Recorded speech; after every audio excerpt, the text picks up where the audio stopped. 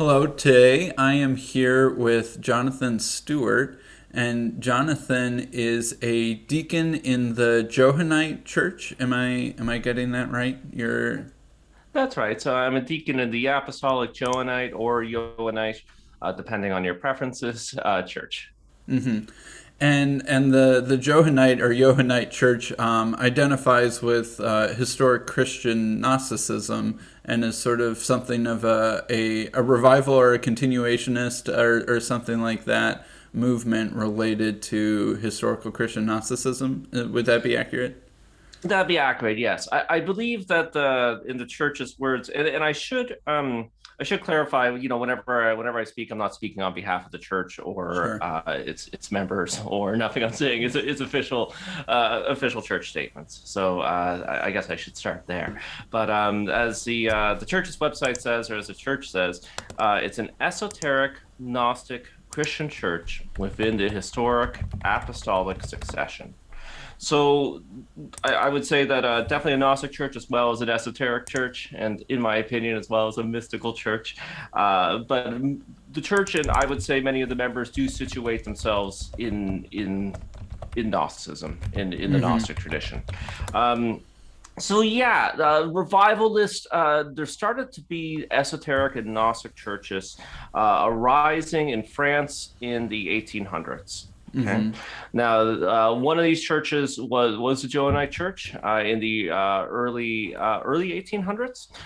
That church did say that the founder had discovered some documents that had claimed an underground lineage of Gnostics that was coming forward more publicly. Um, and then later on in the 1800s, there was another French Gnostic church, more explicitly Gnostic, where sort of that early Johannite church that I mentioned is perhaps more esoteric. We can Yeah. get into these definitions later. Sure. But then you have a later Gnostic church, which just comes. I shouldn't say just because it's pretty cool, but doesn't have any claims about. A succession back to the historic Gnostics of say 2,000 years ago, but instead the founder had a vision where he was empowered. So these movements become combined, and then also with the Johannite Church of the 1800s, and then also later some of these other lineages and churches they become combined. And that early Johannite Church and some of the later churches they actually get lineages from rogue Catholic and then later rogue Eastern Orthodox and rogue Anglican bishops. And so So that's how the apostolic succession comes in, is because there are some priests who were in those churches who then became part of the Johannine movement. that's right, or other Gnostic movements, and so these lineages, this person to person making of priests by bishops comes into the Johannite lineage, comes into the movement. So does all of that make sense? And I hope your viewers and Yeah, your listeners are still awake. But sometimes getting into history and it can be a bit of a bit of a scramble. So I often say, again, not speaking on behalf of the church, that we have legends and mythical history, and myth is often a word in the West meaning lie. But for me and for many others, myth is a story so deep it can only be told through narrative. It can only be told through story. It's the only way to be grasped. So mythically, we have these connections back to the ancient Gnostics, right? Which I think does tell a story about how there's always Gnostic currents, even if there isn't this direct lineage. And there could be a direct lineage. Who knows, right? That's the fun thing about myths and legends. There could be some history there. But I do find when you sort of look at the history of Western religion, even without these connections back to the ancient Gnostics, we find Gnosticism sort of bubbling up. It's always part of the subconscious of the West. It always seems to be recreating itself when the conditions are right. So it's always been with us, and it'll always be with us. sure. And you're a host, one of the hosts of the YouTube channel Gnostic Wisdom Network, right?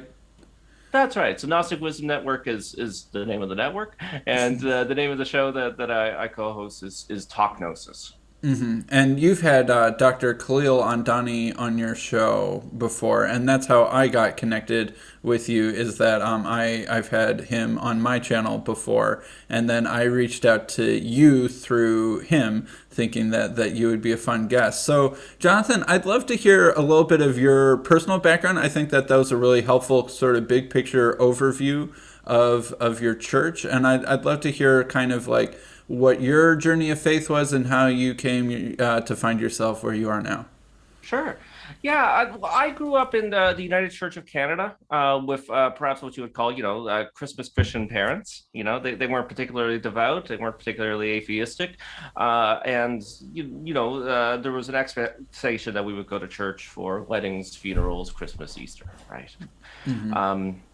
I was perhaps my grandparents were more devout, and I was more religious as a kid, so I'd sort of like get up and go to church. Although my parents did sign me up for Sunday schools, Sunday school and often church by myself, and sometimes my parents would join me.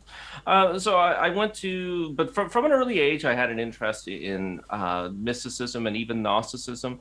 I was sort of engaging with Gnostic texts, even at a younger age, or at least Gnostic in the imaginary. Works that were heavily influenced by Gnosticism that really intrigued me when I was younger, as well as sort of general Christian mysticism. Now, the United Church of Canada, which would be similar, it's a mainline Protestant denomination for Americans, similar to the United Church of Christ. The two communities are actually in communion of each other. So a beautiful, wonderful tradition, but which doesn't have a very strong mystical tradition, right?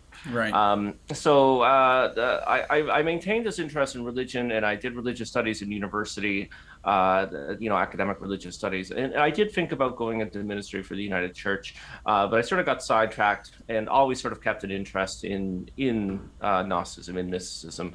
I did do a little bit of spiritual exploration, going to different groups, but I found that Christianity was my home, right? Just to call Jesus was always too much.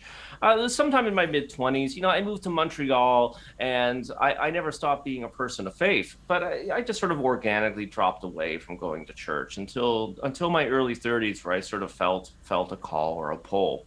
And I went looking for something that was sort of Christian, that was sort of mystical, and I actually found a movement called Martionism. And again, for everybody who's still awake, another French esoteric Gnostic-y movement that comes out of Freemasonry and comes out of the late 1700s, 1800s, very mystical and not that well known in sort of the Anglosphere, though Martionism is sort of catching on. So I really liked that, and got into that. And there's some historic ties between Martionism and the Gnostic churches, and sometimes there's crossover between membership. So I was just Googling around about Martionism one day, and actually found this Gnostic priest who did a speech on Gnosticism, or was a podcast guest actually, and he was part of the Apostolic Johannite Church, and we started corresponding. And I hadn't really been aware that there were Gnostic churches out there. I had known of one pretty popular one on the West Coast, a different denomination from ours, but I'm like, well, I don't live on the West Coast, so I guess that's nothing I'm ever going to be able to engage with. But I started corresponding with them, and found out that the Apostolic Johannite Church, the AJC, was actually pretty vibrant, was growing, was doing interesting things, was a great group of people. They do a yearly conference or conclave. So, I traveled, it moves around from community to community. So I went to conclave, and really, really liked the people and really liked the experience, and just started to feel that call. So I followed the call, and the AJC has an internal seminary, which is done remotely. So I started seminary, and here I am. Yeah, well, great. Thanks for sharing your story. That's really interesting. So I guess my next question is, what was or is like historic early Christian Gnosticism, like the kind that arose 2,000 years ago? I think that this is one of those subjects that is intensely debated, and people have a lot of questions about it. And a lot of modern day scholars, it's kind of interesting. There's a trend of saying, well, actually, there really was no such thing as Gnosticism. Maybe there's Gnosticisms, but it was too multivarious, and the label was used as a smear, so we shouldn't perhaps use that word anymore. So I was wondering, yeah, what could you tell us about early Christian Gnosticism and sort of where it came from, how it arose, and what were its beliefs and unique practices and stuff like that? Sure, I'll do my best, but it is a very complicated subject, as you already touched on. Let's start on it if there's even such a thing as the Gnostics or Gnosticism. And I don't want to come across as pretentious. I only have an undergrad, and I don't want to say that I'm better than a lot of great scholars. And there's many scholars that I actually disagree with on some central things about the ancient Gnostics, but whose bodies of work I still greatly admire and are greatly inspired by. But that said, academia is still pulled along by trends, just like anything. Yeah. So there started to be a trend in the 90s saying, well, what we call the Gnostics and what we call Gnosticism, as you already said, seems to be a bunch of groups. It seems to be other people. Like Gnosticism is a scholarly term that comes out of the 1700s.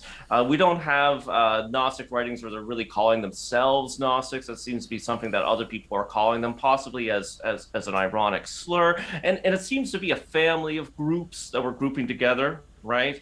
That seem to have some similarities, but are pretty different from each other. So therefore, there's no such thing as Gnosticism. And I find this to be a very silly argument, because even though the term is later, the terms Hinduism and Buddhism are both later, actually more or less Western scholarly inventions. and say within Buddhism, there's a lot of variety. And if you were looking from the outside and didn't know anything about these traditions, if you looked at Tibetan Buddhism and then you looked at Japanese Zen, you'd be like, these are different religions.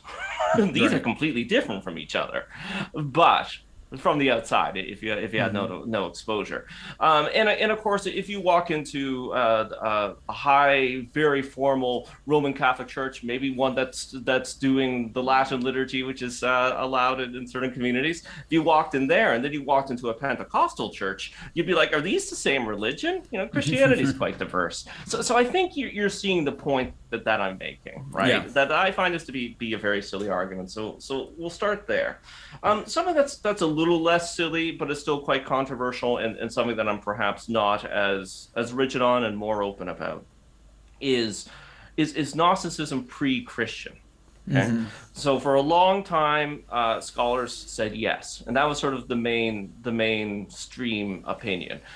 Starting in the 70s, 80s, 90s, that opinion started to shift to it was exclusively an early Christian movement. But I do believe it to be pre-Christian, and I do believe it to sort of come along and combine with early Christianity quite early, actually. So what do you think its roots are prior to the time of Christ? Prior to the time of Christ, I do believe that Gnosticism is arising, not around the time of Jesus, probably a little bit before, right? Maybe up to 100 years before, but I can't get too specific with it. And it seems to be groups of mystically minded Alexandrian Jews who are reading Plato. Okay. Yeah. Alexandria was sort of the crossroads of the world at the time in Egypt. You had all sorts of different cultures. It was the capital of Egypt. It was an important trading port. It was importantly located geographically when you just think about different cultures interacting. We have records of Buddhist missionaries wandering around Alexandria, right? All sorts of different traditions, all sorts of different people meeting and mingling. Yeah. So it's, of course, famous for its big library and its high education and learning and stuff like that. Precisely. So mystically minded Alexandrian Jewish communities. And they're reading Plato, they're engaging with the Greek philosophers, and then they're sort of going on a spiritual quest, because there's some contradictions between some of these religious traditions that they're becoming inspired by, and perhaps some of their traditional beliefs, right? But they're still viewing things through through this monotheistic, through this Abrahamic lens. And Mm-hmm. then they actually go to the point of perhaps being joining in what was called the mystery religions of ancient Egypt. So these would have been engaged with those famous animal-headed Egyptian deities, but with very, I keep saying the word mystical, but with very powerful, mystical, mysterious potion initiation ceremonies. You know, Mm-hmm. you can sort of picture it. Even though the pyramids probably isn't historical, it's great for using the pyramids in this fashion. It may not be historical, but it's great for the imagination. But meeting at midnight, being taken under the pyramid by torchlight, and being shown a mysterious sign, and having a ritual where you're born again. Okay, Mm-hmm. and when they went through this experience, it actually greatly broadened their ideas about divinity and greatly changed them. Right. So Mm-hmm. they were having these experiences, which combined with all these different religions, leads to ideas that become Gnosticism. Does any of Right. that make sense? Yeah, would you place Philo of Alexandria sort of in that milieu that you're talking about? Do you view him as sort of a proto pre-Christian Gnostic and sort of the community maybe that he represents? Yeah, 100%. I wouldn't go quite as precise with him, and perhaps people around him saying that these are precursors to the Gnostics, right? But I think a lot of people dig out Philo of Alexandria when they're making the argument that I do, because it does show, the Philo isn't quite a Gnostic, right? Mm-hmm. But he's getting on the border there, right? So he's a Right. deeply mystical, Platonic Jewish scholar who is doing these radical reinterpretations of the Jewish text through the lens of both Plato and sort of religious speculation in Alexandria, right? And he lives in Right. Right. Alexandria. So you can sort of point at somebody like him and be like, well, look, for the theory that I'm talking about, here's somebody who's very much parallel. It may Mm-hmm. not be exactly.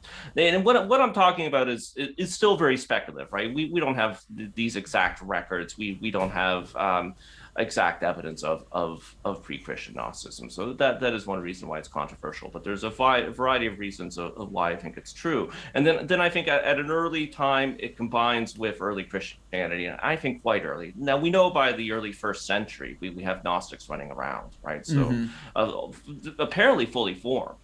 Mm-hmm. Right, which is so it's a very important early part of Christianity, and of course for early Christianity, it's what scholars started to realize quite early, in the 1800s, 1900s, is that the traditional Christian narrative about history is that there is a pure Christianity that Jesus establishes, right? That is carried on by the apostles, but at a very early stage is twisted, right? Mm-hmm. And you have heresies right away. So and of course we have records of that. Maybe heresy isn't the right word because these are very early communities, but I'll use it because it's people know what I'm talking about. But we have Paul, right, in his Mm-hmm. letters saying, well, there's these other Christians and they're wrong, right? Right. We Right. have the opening to Revelation, right, which some Mm-hmm. people actually think might be about Gnostics, talking about these heretical teachers and these heretical communities. So that was the sort of traditional model. But then scholars started to figure out, and was generally the consensus is no, there's not this original pure Christianity that is then maintained in a pure way and becomes the Orthodox Church, and then you have all these heresies that arise from an early time. But instead, Christianity seems to have been radically diverse from the very beginning, which of course we have the records of that I just mentioned, right? These letters Mm-hmm. of Paul, the Revelation, right away in the first Christian century, soon after Jesus dies, we seem to have a variety of opinions about who he was and who he represented and what he taught, and we seem to have some communities that are in conflict with each other right away. Okay. Yeah. And this just grows and becomes even bigger. And of course, I already mentioned Christianity now is quite diverse. It almost looks like different religions from each other if you go to some different denominations. But that is historical. So from the very beginning, a great multitude. So you have all these different, in many ways, competing Christian sects. And some of those sects in this myriad rainbow of Christianity were Gnostic. And again, this is a variety of sects. So you actually have Gnostics probably inspired by each other, dialoguing with each other, and disagreeing with each other. Okay. Most of the texts that we have, I should mention when we were talking about connections to the ancient Gnostics and lineages and all that good stuff, we didn't have a lot of their texts because they were destroyed or not copied. And not passed down, what we call now the Orthodox, or at that time proto-Orthodox churches, is the form of Christianity that won out, right? So we have these revivals in the 1800s. There was a few Gnostic texts rediscovered around that time, and then we have Heresy Hunter, the heresiologist, who recorded in some ways very accurately. Actually, in some ways not. Would you say how accurate would you, or fair would you say, Irenaeus's Against the Heretics is? His actual, if you're not looking at, now the entire thing is a polemic, but if you're not looking at his specifically polemical statements, the actual raw information that he delivers when he says these are their beliefs and this is what their scriptures say seems to be quite accurate. And then later, then he'll say something snide about them. He'll be like, they believe this. Don't you think that's dumb? Well, no, I don't. So it does seem that he was actually quite accurate, right? And there's debate about this, but it is, in my opinion, both him and some of the other early heresy hunters were quite accurate with their writing down. Because they really did want to, in some ways, be quite accurate about what the Gnostics believed, right? As part of this very intellectual debates that they were having. So they wanted to very accurately record, in my opinion, as much as possible, what they were saying so that they could refute it. Sure. Do you think that there is a connection between sort of early Christian Gnosticism and Simon Magus? Because that's one of those things that Justin Martyr and Irenaeus will say, is they'll say that Simon Magus, the magician who appears in, I think, Acts chapter 8 or something like that, as wanting to purchase the Holy Spirit, or purchase the ability to lay hands and give people the Holy Spirit, at least, or something like that. They both Justin Martyr and Irenaeus will say he was the guy. He brought all of this mischief about from their perspective. Is that, do you think that's accurate, or has a kernel of truth in it, or how would you react to that? I think it 100% has a kernel of truth in it.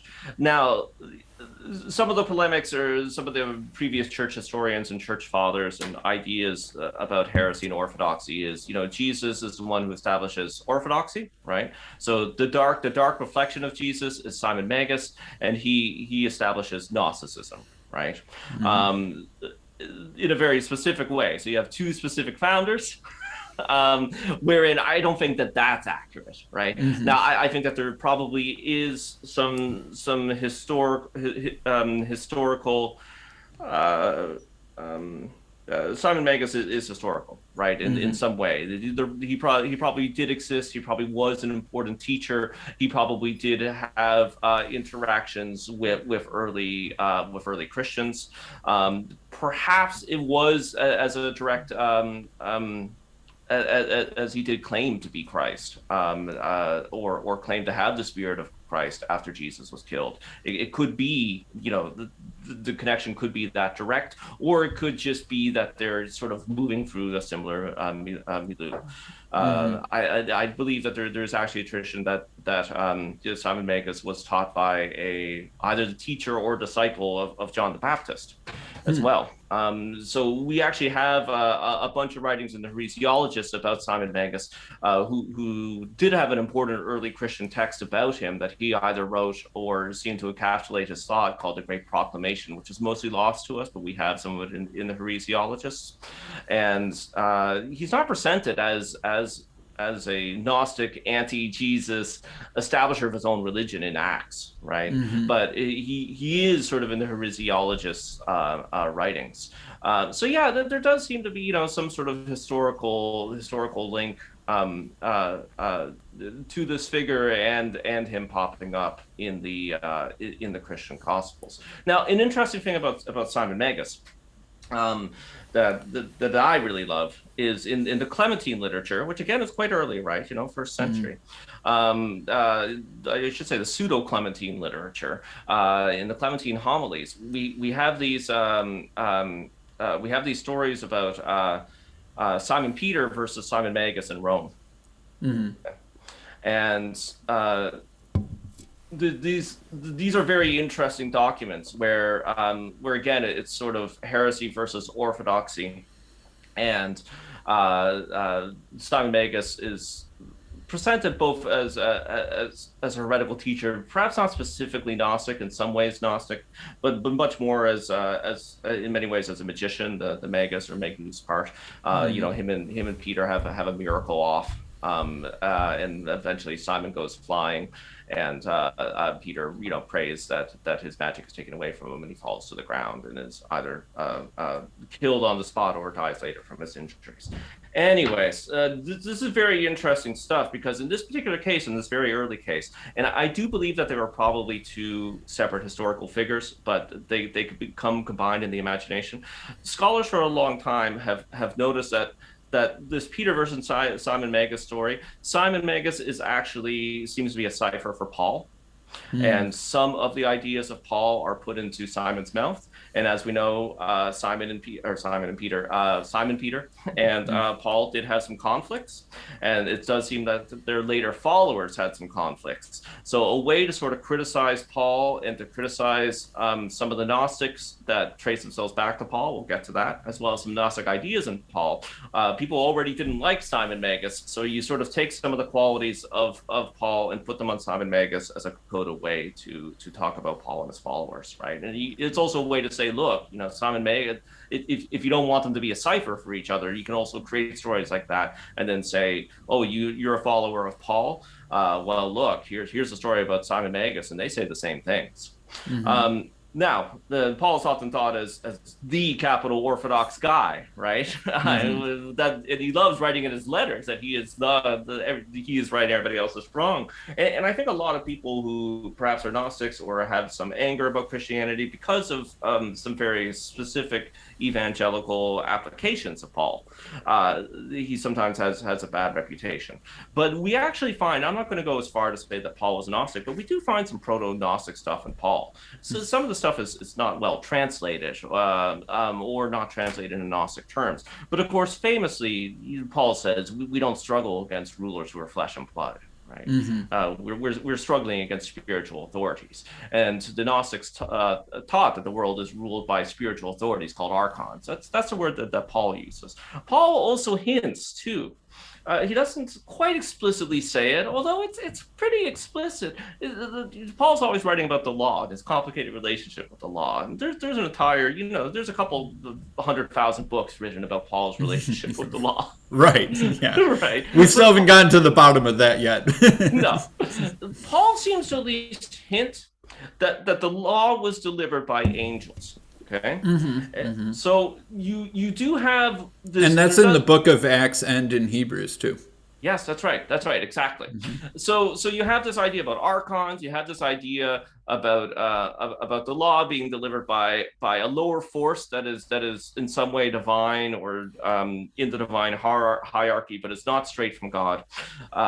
You also have for the early Gnostics, doing a bodily ascent was very important. Although it probably wasn't literally physically bodily, doing an ascent in this life, rising up to meet the divine face to face, seemed to be very important to the early Gnostics. And of course that's something that Paul does, right? He has his vision of the third heaven, or most people interpret, he says, I know a man or something like that who's been to the third heaven. And I think most interpreters say, I think you're talking about yourself, Paul, just sort of in like a humble third person perspective. Yes, and actually, when I mentioned that Peter versus Simon Magus story, some people have said the story about Simon Magus flying is again a parody of Paul and his ascent.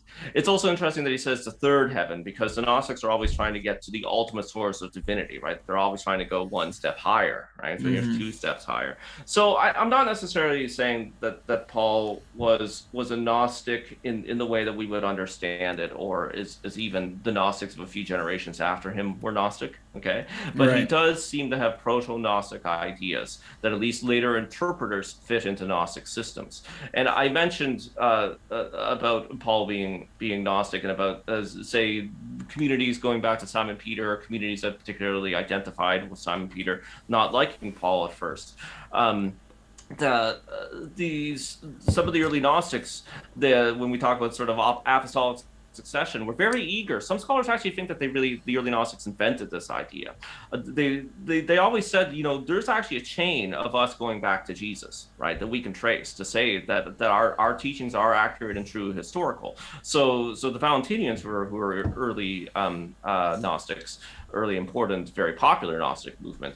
Their teacher Valentinus said that he was taught by, I think, a guy named Theudius, and Theudius was taught by Paul. Right. So you always sort of find, the Gnostics, many of the communities will do this chain. Right. And then this becomes a very popular idea. Right. Which is still done today. So you can look at the Pope, but, you can find the Catholic Church will publish records that will show the Pope's connection to Jesus, from a guy to a guy to a guy to a guy. Of course, going back to Simon Peter, going back to Jesus. And there's some scholars that believe, and this is a theory that I'm quite fond of, that Paul really wasn't that popular in the early church, and that it was mostly, and that he in the first century really becomes associated with heresy and becomes associated with the Gnostics and with a group, the Marcionians. That's right. Yes. And the Orthodox Church, sort of, or proto-Orthodox Church, the sort of stereotype or cliche about them in the public imagination, and very much in the Gnostic imagination, is that they were really big into persecuting. But in the first century, second century, they were just one of many groups. They were situated out of Rome, which made them more powerful, and they seemed to have more financial resources. But they didn't have power to persecute, right? Not in the first and second century. So and they were too internally disorganized and decentralized, perhaps, really, to do something like that. And there was porous boundaries between, there was, even within proto-Orthodoxy, there was probably spectrums of various kinds on various theological and practical subjects and all of those things. And so the boundaries between proto-Orthodoxy and Gnosticism and other various early Christian heresies, I think, would have been quite messy for the first couple centuries. And it's not like you could have gone back and, there's the building of what will be the Catholic Church, and there's the building of the Valentinians, and there's the building of the Marcionites, and, whatever else like that. I don't think it was probably like that. I think they were still mostly meeting in homes, because having too public of a presence was dangerous. And it was just sort of this loose network, and there was various kinds of claims to authority, right? There was sort of succession claims, like I was taught by so-and-so, who was taught by so-and-so, who was taught by Apostle X. There was also kind of like, look, I'm doing miracles. I have these charismatic gifts. God is with me. I received this prophecy. So that's my claim to authority. My proof's in my pudding, and and various other sorts of kind of claims to authority. And you see that in the New Testament, right? Like Paul's constantly talking about people who seem to doubt his authority and things like that. So I think that sort of, all of those sorts of questions, I mean, it's just in retrospect that some of these things seem as obvious to us as they do. And I think at the time it would have felt very contentious and a little bit like, well, I say, you say. I have one question. You brought up something a little bit earlier that I wanted to circle back on. John the Baptist. So there is a group, I believe, called the Mandeans, who I think are a modern-day group still in southern Iraq. and maybe have some sort of diaspora abroad who are basically a living Gnostic group who claim descendancy from John the Baptist. What do you think the connection is between early Gnosticism and John the Baptist? Yeah, it's a really fascinating topic. And the Mandeans, when I was talking about these Gnostic lineages and possible breaks and what have you, they seem to go back to the second century, third century, right? Mm-hmm. So they are, as far as we know, the only remaining Gnostics with that kind of historical lineage going back almost 2,000 years. And as you said, they do seem to have historic connections, to the early Gnostics. They seem to be part of that direct Mm-hmm. living stream. And yes, so for them, their primary teacher, their primary prophet is John the Baptist. And we know that the early Gnostics were really into baptism. All the different sects seem to be really into baptism, and I already mentioned the Simon Magus connection to John the Baptist. There seems to be lots of early Gnostics who venerated the Gospel of John and the figures of both Johns, right? Mm-hmm. So I think for some of the early Gnostics, John the Baptist was a Gnostic teacher who instructed Jesus. And when I mentioned, Apostolic Johannite Church, right?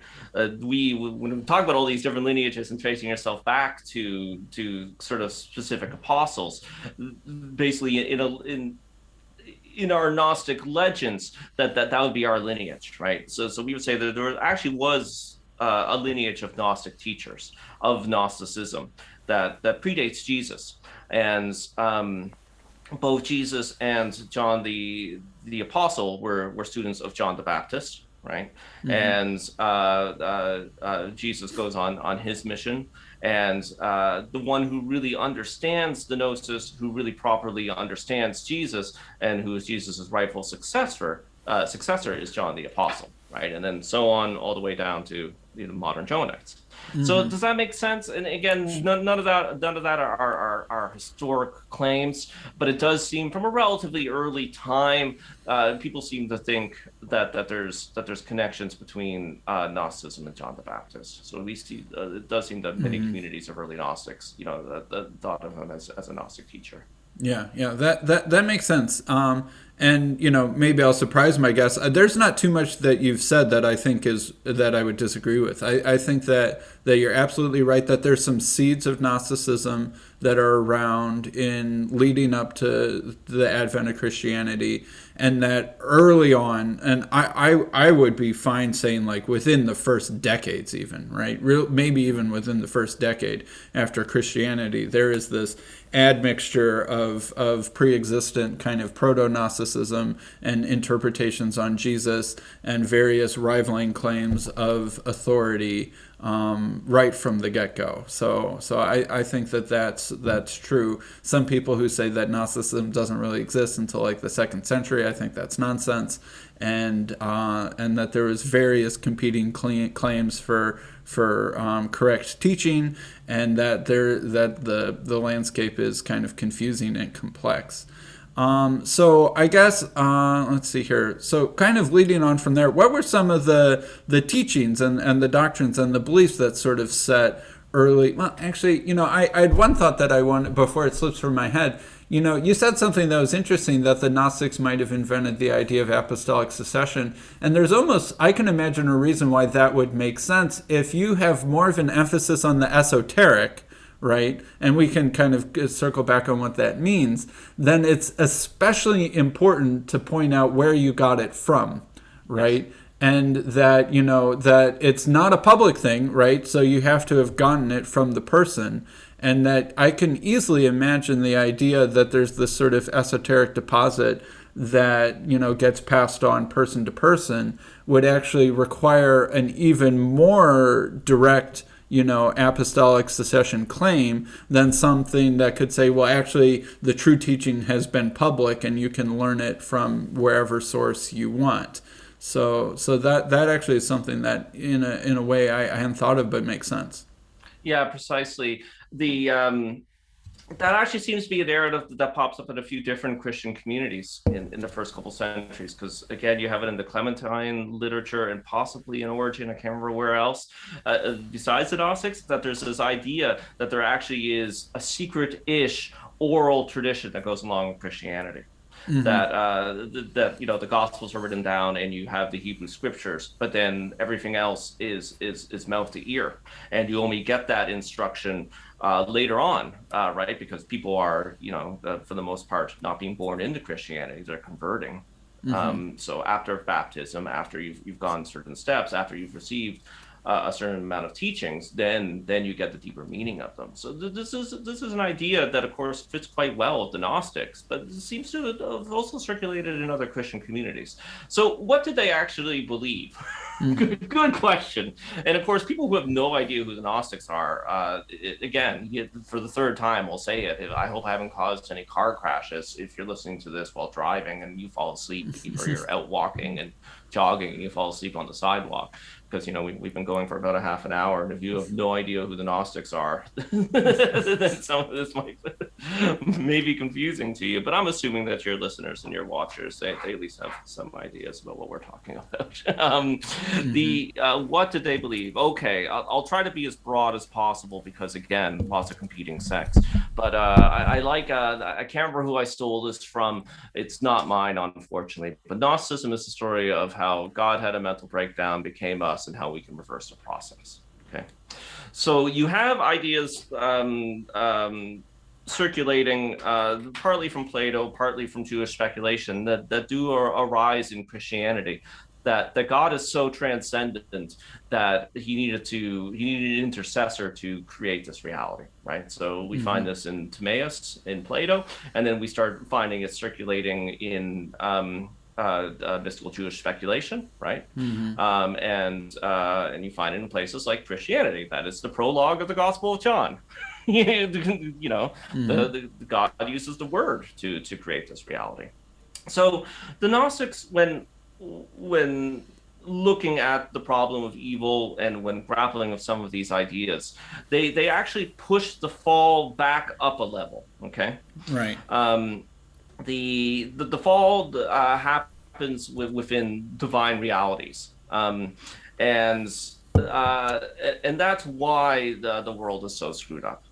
Also, with the Gnostics, you're always trying to get through a world of illusion and get through your internal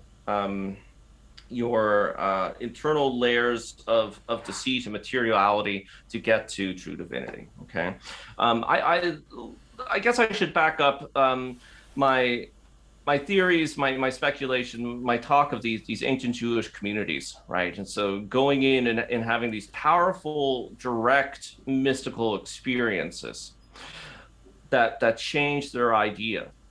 What I think this experience is they went into these temples at midnight to directly experience divinity, and they did. But where they found divinity was in themselves. Okay, so this causes a whole new layer of speculation in religious mythology to develop. Right. And remember my previous definition of myth, that we can only talk about these things through narrative, because you're still grappling with the Jewish mythology, but you found divinity within yourself. How does it work? Right. How do you square that circle? And then you also have the problem of evil. And then you're also reading, in Plato and Timaeus about divinity being so transcendent, it uses what it calls a demiurge, which means something like craftsman, architect, creator, to create the world. That's in Plato. And in Plato, this demiurge, the craftsman, because it is a lower level of divinity, creates the world imperfectly. So the Gnostics take all this speculation, but they say that the demiurge is actually negative, and the inner divinity that they discovered is actually in some way trapped in this world.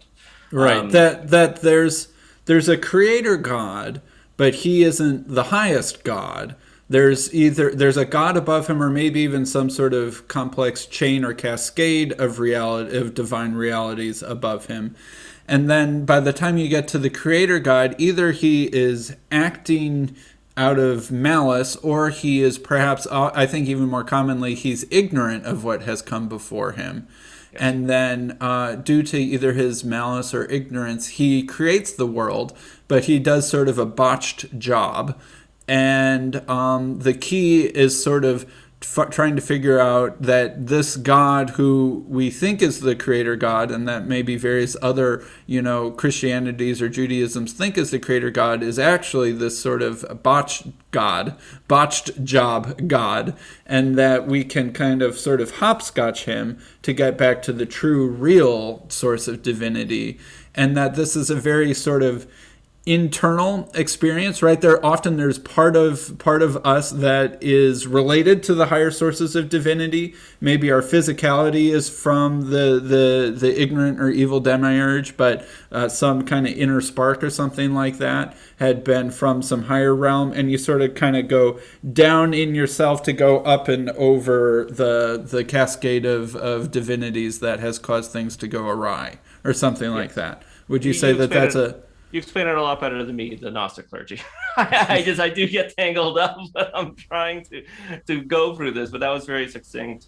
Yes, exactly. And the Gnostics said, to ascend, you must first descend. So that's part of that going within themselves. They also do seem to be using. I'm not saying it's a very 20th, 21st century to psychologize everything. I do believe that they were working on a psychological level as well, though. But I do believe that that there are layers of interpretation, and just because one thing is true doesn't mean that the other thing is true. So, a more literal, but of course, how does this stuff, what does the word literal mean when you're talking about demiurges and cascading divinity, right? Or ants trying to understand a rocket ship. But a more religious understanding of this stuff, and I think psychological understandings are quite valid as well. And yeah, like a mythopsychological yes. vocabulary is used to describe these things. It is, yes. And this cascading divinity, this primal divinity that you're talking about, this seems to be a description of mind, because the unknown Father, the ultimate transcendent divinity, starts thinking, and then the first layers of this cascading divinity, emanations, who are connected to the unknown Father, to the transcendent God, but are one layer down, but united in a loving relationship. These are given the names of thought processes and things that happen in the mind. Mm-hmm. So, and when you talk about this demiurge, people from very early on, they connect this to the egoic self, right? So to the part of ourselves that says, I am the God and the ruler of this world, but is actually, acting out of ignorance.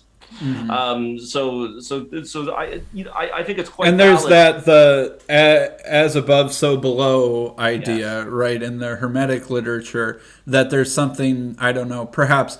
There's the macrocosm, right? The cosmos that has this, cosmic origin story, and then we're like a microcosmos inside ourselves. So, right, that we're sort of a miniature version of the big mythos scale. So, this story that we're telling about the creation of the world is also somehow reflected in our own self and psyche. And so the way that explains why the reason why we can escape the ontological prison is to sort of escape the psychological prison.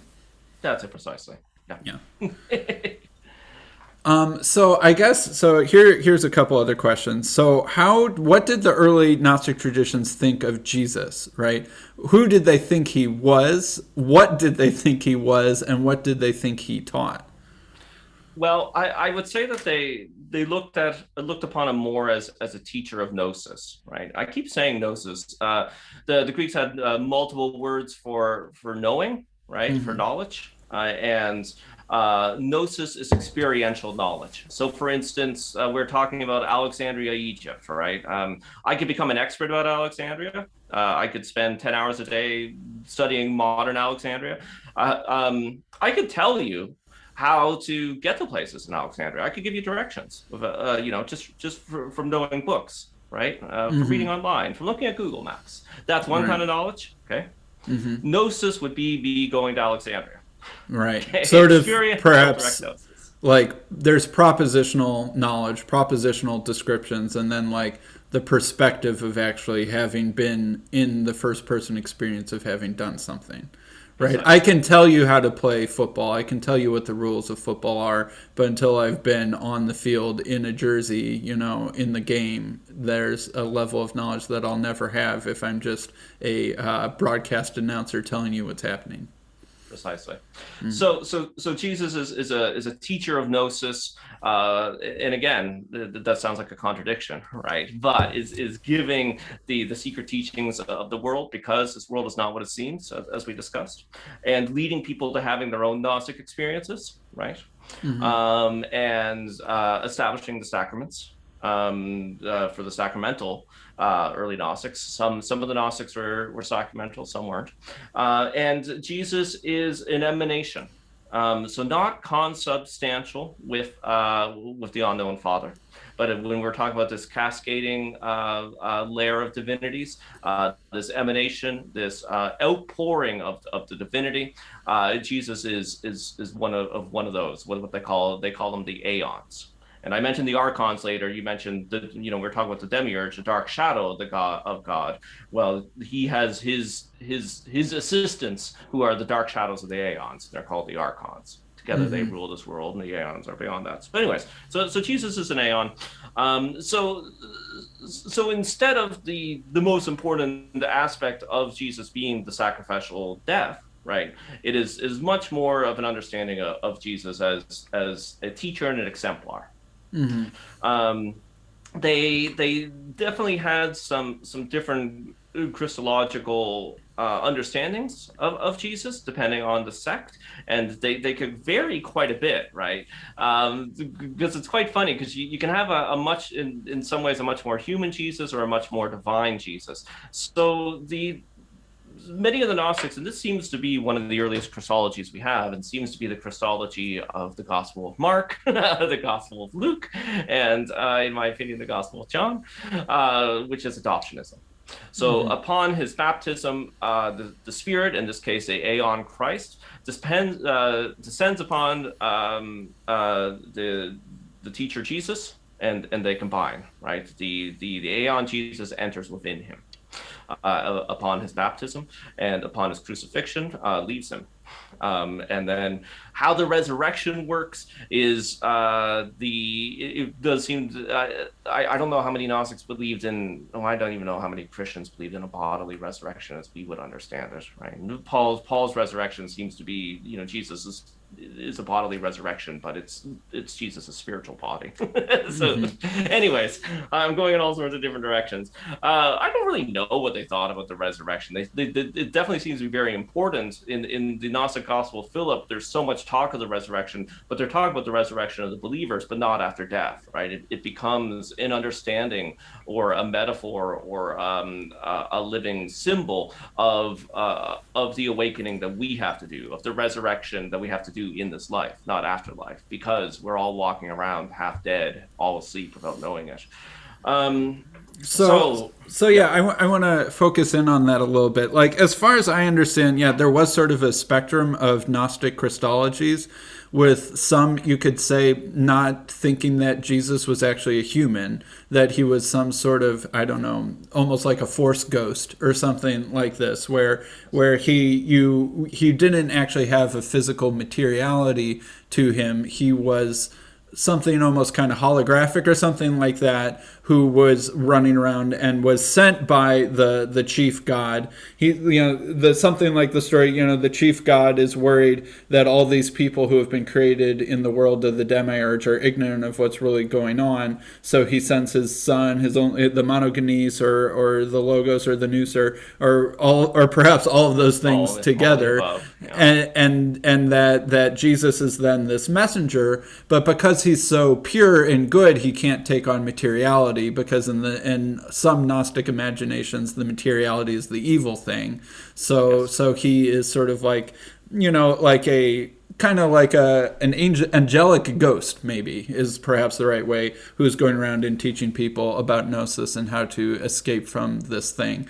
But then there's the other thing, like you mentioned, sort of the more adoptionistic thing, where Jesus is a flesh and blood human being, but he sort of gets like indwelt by the Spirit, perhaps the Son, the monogenes, or something like that. And that's actually what you see Irenaeus arguing a lot against, is that there's sort of these two persons in this imagination, right? There is human Jesus and divine person Jesus, right? And that perhaps maybe at his baptism or some other time he gets sort of indwelt, and then he now is running around teaching gnosis.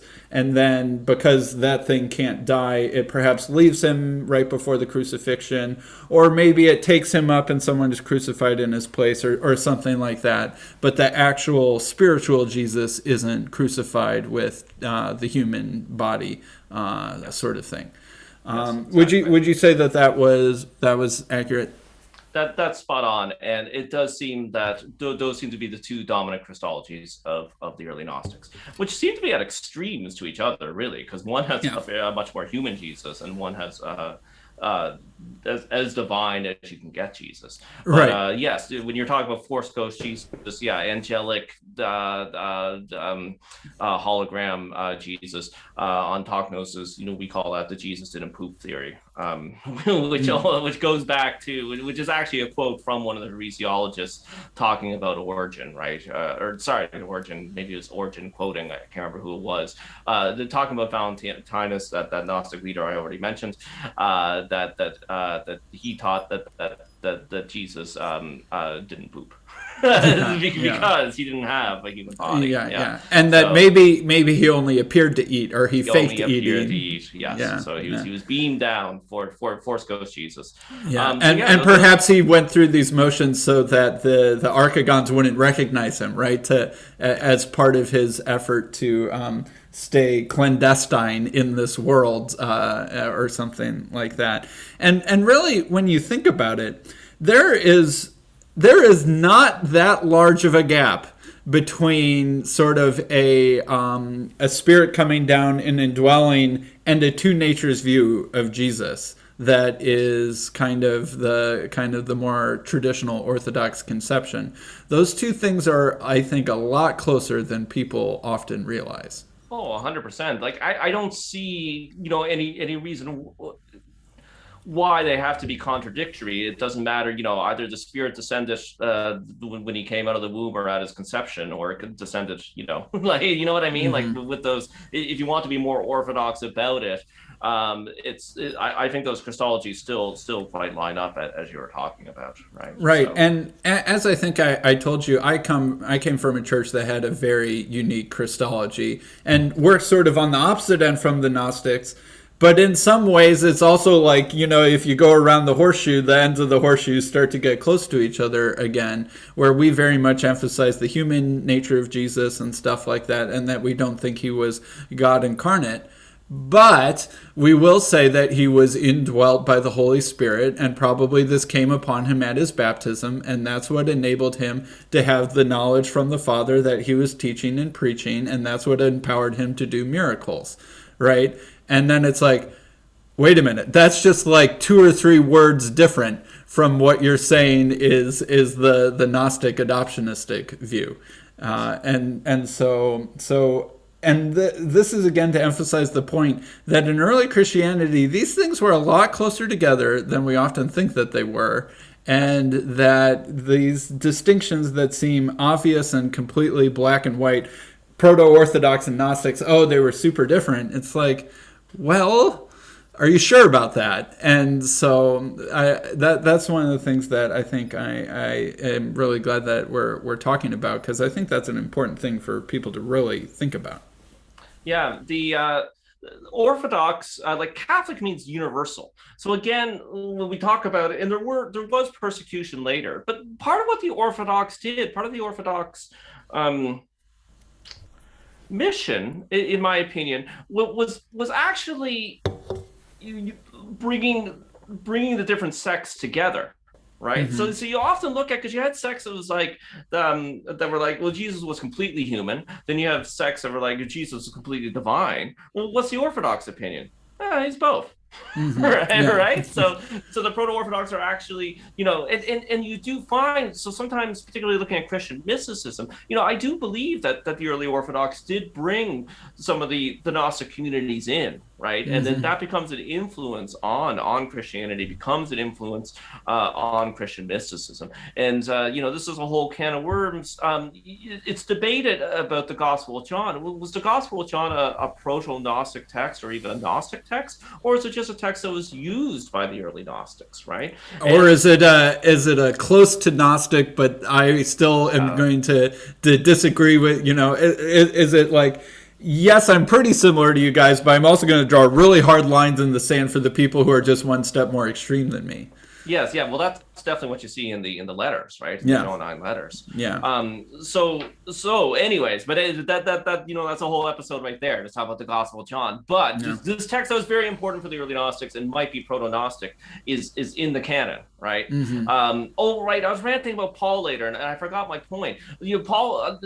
I really like this theory that Paul was really looked at as a heretic, was not particularly liked by many Christians and by the proto-Orthodox. But then they decide to adopt Paul and bring him into the canon as a way of bringing in these different heretics that look back to him, right? So, and then that's why you have Acts being written and created. Is now you're kind of creating a narrative where there's much more unity in early Christianity, and actually Simon Peter and Paul ended up being buddies, right? We don't really see that in the letters of Paul. We don't really see any reconciliation between him and Peter. They don't seem to be great buddies. We just have that story of Paul calling him out, but we don't have and then we high-fived and we were best buds forever. So the Orthodox project partly is bringing all this stuff together, not necessarily excluding it, but bringing it in and reinterpreting it. There also are stories. Obviously, they would have understood the Trinity much different from the later Orthodox, but there's stories that Valentinus invented the idea of the Trinity.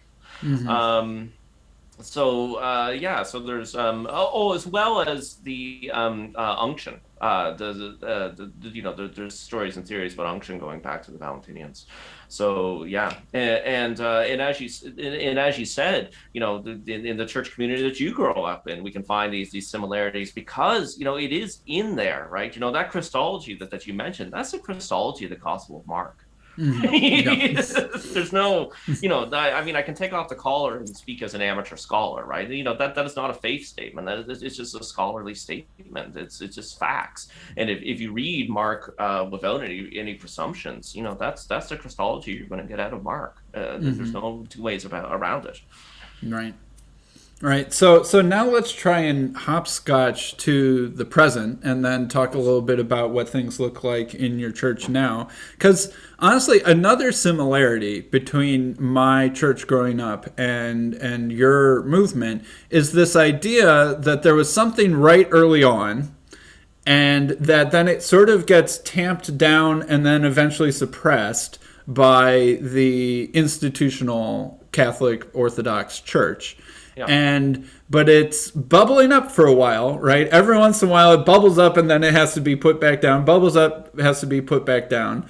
And then kind of for us, right at the dawn of the Protestant Reformation and sort of a more sola scriptura focus, then Unitarianism emerges and it hasn't been put back in a bottle since.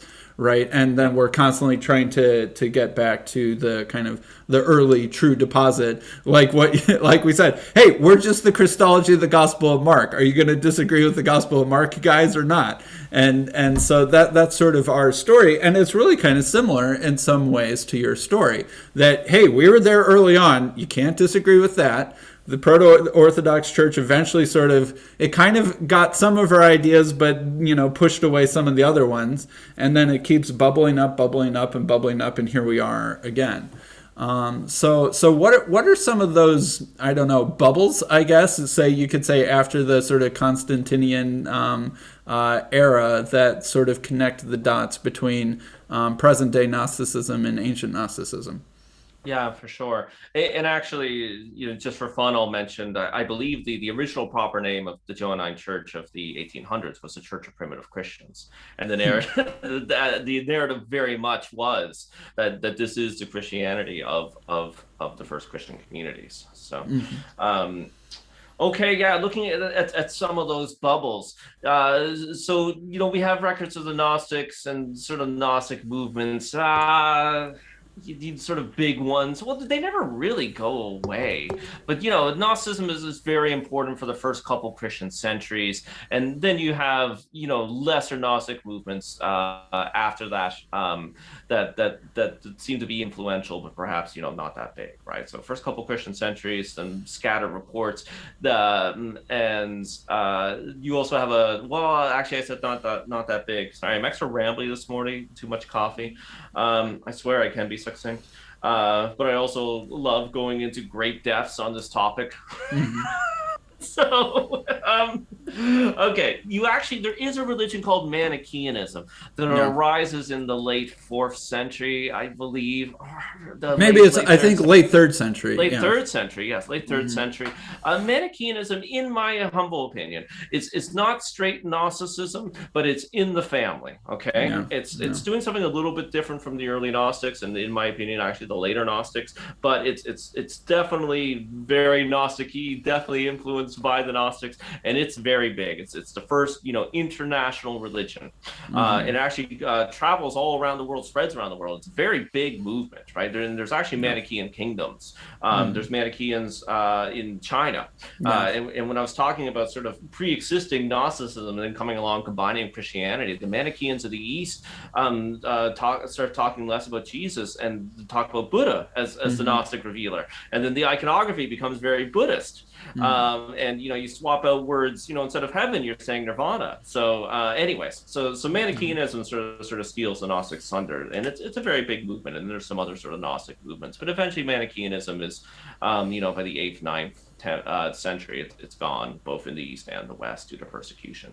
It's funny; it's actually persecuted in China as a Buddhist sect. There's a Hmm. great persecution of the Buddhists in China. Yeah, kind of Anyways, Orthodox Christianity, Islam, and sort of the imperial China kind of simultaneously bring it to an end.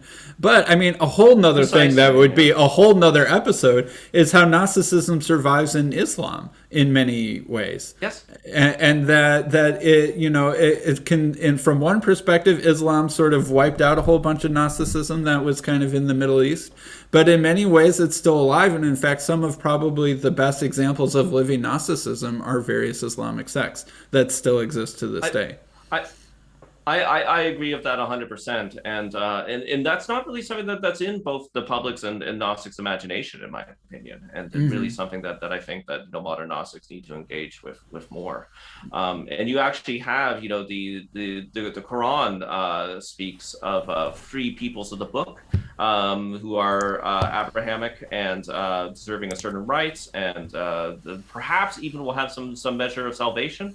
And those are, of course, Christians, Jews, and there's a third group, and I cannot remember the Quranic name for them, but it's a third group with a name that no one's really been able to apply to a specific sect. And there's been lots of theories about who this third group is, but some people believe that it was the Gnostics, perhaps even Hmm. Manichaeans, perhaps other Gnostics, or that it was the Mandeans. And to this Yeah. day, the Mandeans do say that we are those people, right? We Hmm. are that third Abrahamic religion mentioned in the Quran.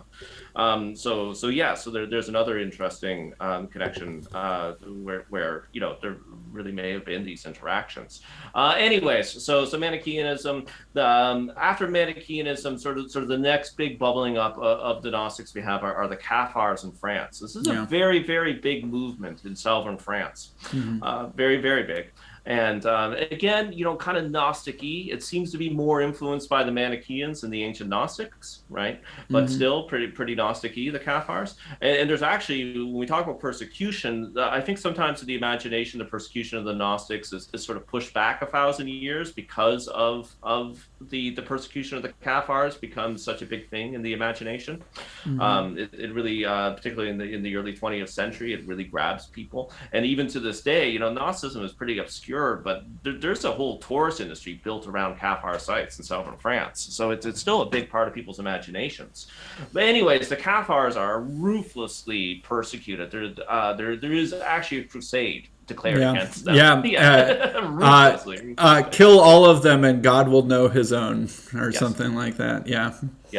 That was a slaughter of perhaps 20,000 people.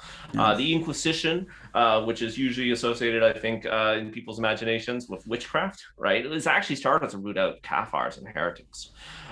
So after the Cathars, you don't really have any big public Gnostic movements, right?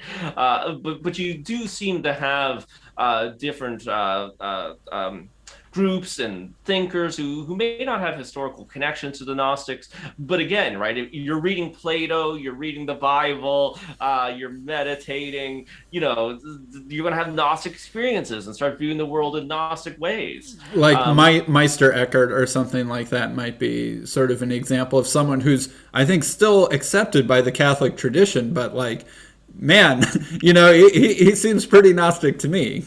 Precisely. So you have thinkers like that who aren't always classed as heretics or can dance on the edge, and then you have their students and movements around them. So you're not quite Gnostic, Gnostic-y. And then later on, you have people like Jakob Burba, right? Who's the 1600s. He's the Protestant cobbler, but he has these very powerful mystical experiences and this very elaborate cosmology that comes from both these experiences and from studying, and it gets quite Gnostic-y. So you sort of have these Gnostic movements, but you don't really have anything solid until the 1700s. Okay, where you can start sort of really pointing to sort of organized groups that are either calling themselves Gnostic or have radically Gnostic ideas. I mentioned the Martyrists, they're quite Gnostic, and then you have the Johannite Church coming out of the early 1800s, and then you start having those French movements that I mentioned before. So yeah. That's fascinating. And then there's the whole other subject of kind of like perhaps like New Age revival stuff, and then how that is kind of coming to a lot of Gnostic conclusions, but perhaps from a different path than sort of various Gnostic traditions that are more connected with historical Christianity and stuff like that, and like Theosophy and Carl Jung and stuff like that, and how Gnostic or not that sort of thing is. So I guess kind of the last subject is like, what does your church look like now, and what sort of spirituality do you guys practice, and sort of what are you guys all about? Yeah, well, we have instead of dogmas, we have the tradition and the symbol set and the liturgy and both the canonical and Gnostic writings, right? So we have these as solids, right? But we don't tell people how to end the sacraments, but we don't tell people how to interpret them. So there's a fair amount of openness. We don't try to convert people. We don't say that you just have to belong to our church. We don't say that you have to be a member to attend. So we have, and as I said, we have statements and principles instead of statements of dogma. So when you're talking about Unitarians, if you think about the Unitarian Universalists, right, they also have a statement of principles and a fair amount of liberal approach to theology. So we have a liberal approach to theology, a liberal approach to dogma, and we're fairly open about what people believe and what they do outside of the church. And we also do have both members and clergy who belong to other movements as well as the church, right? Who might also be Buddhists, who might also be involved with occult traditions, who might also be involved with this or that tradition. But it's not just anything goes, right? Like we do have these there's something that unites you guys. There's something that makes you guys yourselves, as opposed to just anything or everything. Right, exactly. So it's like like we're not going to tell you who Jesus was or what his mission was, for instance, right? But we're going to be united around the teachings and the symbol and the figure of Jesus, or I shouldn't even say Jesus. I'll say the Christ or the Savior. We often say Christ, Savior, or Sotor, which means Savior. Yeah. So all that said, another thing that sort of keeps us together and is an important part of what the church does is I mentioned this high church tradition, these lineages coming in. So we are part of these high church traditions wherein we believe that the sacraments are not just symbols, right? They do impart a spiritual power that helps you on your journey, right? So we have the sacraments, and we often have a liturgical structure that we have, I think, 5, maybe 6 different liturgies that can be celebrated, right? But again, for anything goes, I can't just make up my own liturgy, and the liturgy has to be performed. And for our Protestant sort of viewers and listeners, we do believe in transubstantiation, but again, we don't tell people how to believe that. So that said, although the liturgies would, I think, to many people appear to be quite formal and would be similar to what you would see in a high church, Anglican church, Lutheran church, or Catholic church. Yeah. Although we do have a contemplative liturgy, which is built more around contemplation and meditation, which is mostly meditation and contemplation with the Eucharist, with the communion in the middle. So yeah, that's the modern Johannite Church. The Apostolic Johannite Church is, I think, about 20 years old. It goes back to the early 2000s. We're all bivocational. We're relatively small compared to many mainline churches. But that said, and this isn't me slamming the mainline churches, but if you go to a mainline Protestant church on a Sunday morning, many large, quote unquote, large churches, you'll see 20 people there, right? So, Right.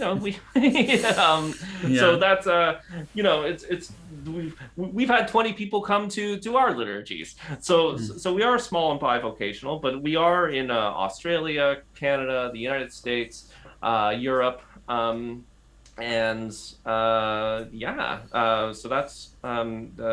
that's the modern AJC, or a quick introduction to them. Yeah. And another thing that we didn't talk about, so the Nag Hammadi discovery, I'm sure, was a really big moment in the history of contemporary Gnosticism, what was it, in the 1950s, or was it earlier than that? Or when was Nag Hammadi discovered? They were discovered in the 1940s, but then they weren't really properly translated and circulated until the 1970s, at least to the public. So although some of them are, circulating among scholars and are being influential, and Jung,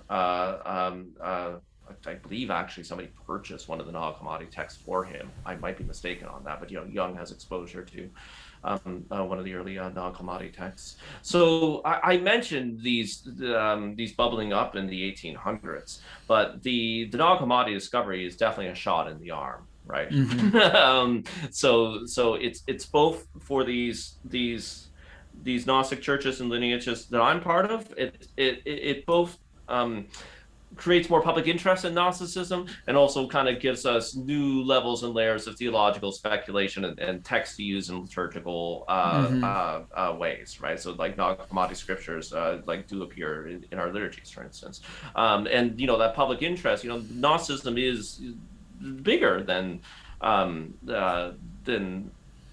our specific church. As I mentioned, there are other denominations, but I would say it's bigger than liturgical Gnosticism. Yeah. Grassroots Gnosticism could probably be described as a very huge thing, depending on how you define it in the modern West.